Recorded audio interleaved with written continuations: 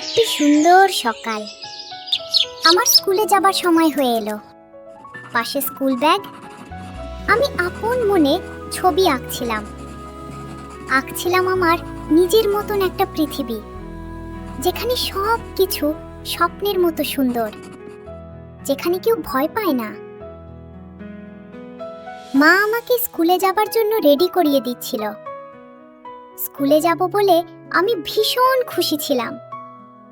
আমার স্কুল ব্যাগটা খুব যত্ন করে আমি নিজেই ধরে রেখেছিলাম। হঠাৎ কে যেন দরজায় কড়া নাড়ল। টক টক টক।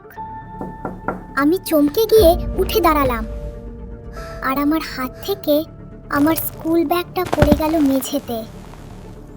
এরপর একটা দরজা বন্ধ হলো। ঘরের মধ্যে আমি কেবল ছায়া দেখছিলাম, আর দেখছিলাম কেউ কাউকে কিছু দিচ্ছিল। বাড়িটা হঠাৎ করেই কেমন যেন নিশ্চুপ হয়ে গেল, আর আমি ভেজা চোখ নিয়ে দাঁড়িয়ে রইলাম জানলার পাশে, যেখান থেকে নীল আকাশটা দেখা যায়।